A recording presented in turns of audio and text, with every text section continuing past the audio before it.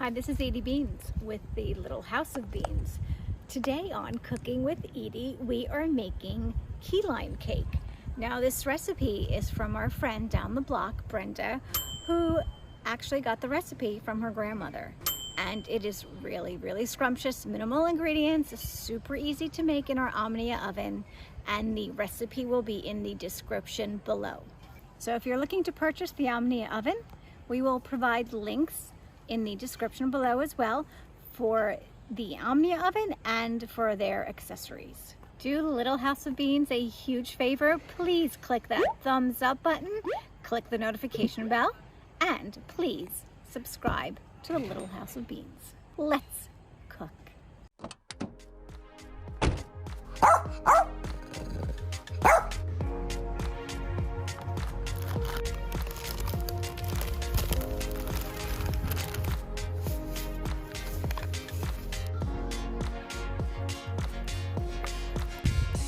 I forgot my measuring cups at home, so this water bottle is 16 ounces, so half of it is 1 cup of vegetable oil.